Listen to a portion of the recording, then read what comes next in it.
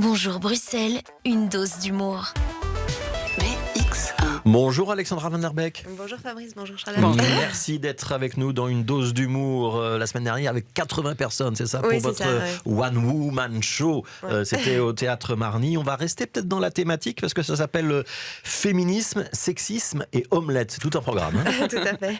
Bonjour à tous, chers fidèles de BX1, amoureux de Bruxelles et fiers de l'être. Alors ce matin, je voulais vous parler du film Barbie que j'ai vu cet été.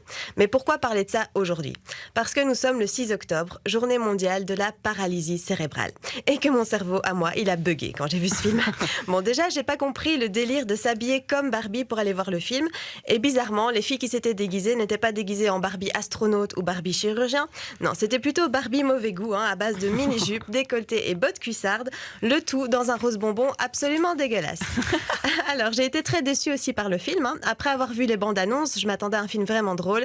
Et malheureusement, tous les gags sont compilés dans la bande annonce. Même l'histoire n'est pas beaucoup plus développée que dans la bande annonce. C'est un peu comme si pour ton anniversaire, on t'apportait la cerise sur le gâteau, mais sans le gâteau. Mais du coup, c'est juste une cerise, quoi, c'est nul. Mais ce qui m'a le plus dérangé, c'est le message soi-disant féministe. Pour vous expliquer en 2 secondes, dans le monde de Barbie, les Ken n'ont pas beaucoup d'importance. Et en particulier, le Ken principal joué par Ryan Gosling n'attend qu'une chose dans sa vie, être remarqué par Barbie et carrément neuneux sur les bords. Quand il se retrouve avec elle dans le vrai monde, il a l'impression que tout est inversé, que les hommes ont tout pouvoir. Le film fait donc une allégorie et compare les Ken du monde de Barbie aux je vous le donne en mille, aux femmes de notre société patriarcale. Comme si les femmes n'attendaient qu'une chose dans la vie, être remarquées par les hommes.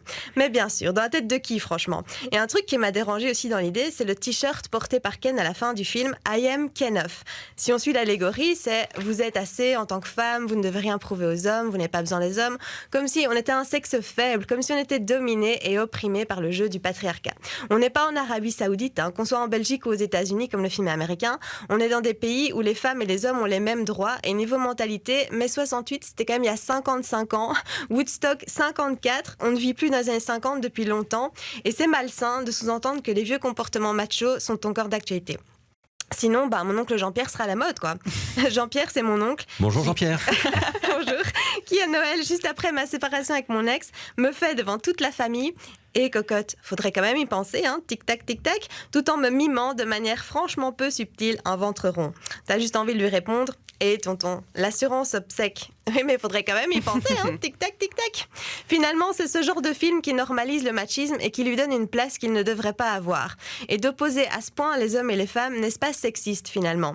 Il y a des femmes fans de foot, de voitures et d'Elon Musk, oui, pourquoi pas. Pour être une femme, il faudrait forcément être belle, mince, cruche, peu ambitieuse et en béatitude devant la jante masculine ? Non, moi je suis pas d'accord. La neuneuitude n'est pas réservée aux femmes. Prenez mon mec par exemple. Un exemple pris totalement au hasard. Il ne sait pas faire une omelette sans cramer systématiquement la poêle. Voilà l'omelette. Bon, je critique la cuisine de mon homme, mais en réalité ça m'arrange bien parce que ça a l'air tellement dégueulasse que ça me coupe l'appétit et pour mon régime c'est top. Et là je risque de me faire attaquer parce que je parle de féminisme et je dis que je suis au régime. Mais on a le droit de vouloir être belle, de faire des efforts et d'être fier de soi. Bon, pour l'instant les résultats sont pas ouf, mais c'est l'intention qui compte, non ? Moi, j'ai le même problème. Voilà. Et puis qu'on soit homme, femme ou non binaire, nous sommes tous des êtres humains capables de courage, d'empathie, de solidarité et de génie. Et de cuire une omelette. Enfin, presque tous.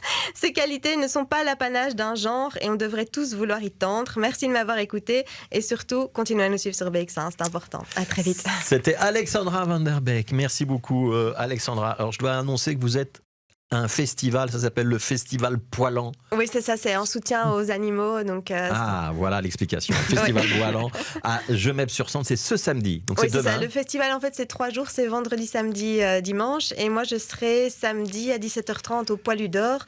Donc, on va s'affronter avec des copains sur des jeux d'impro et tout ça. Ça va être très amusant. Et le soir, il y a le spectacle de Guerre Moguise aussi. Donc, si jamais. Voilà, le Festival Poilan. Et il y a un site, c'est festivalpoilan en un seul mot.com.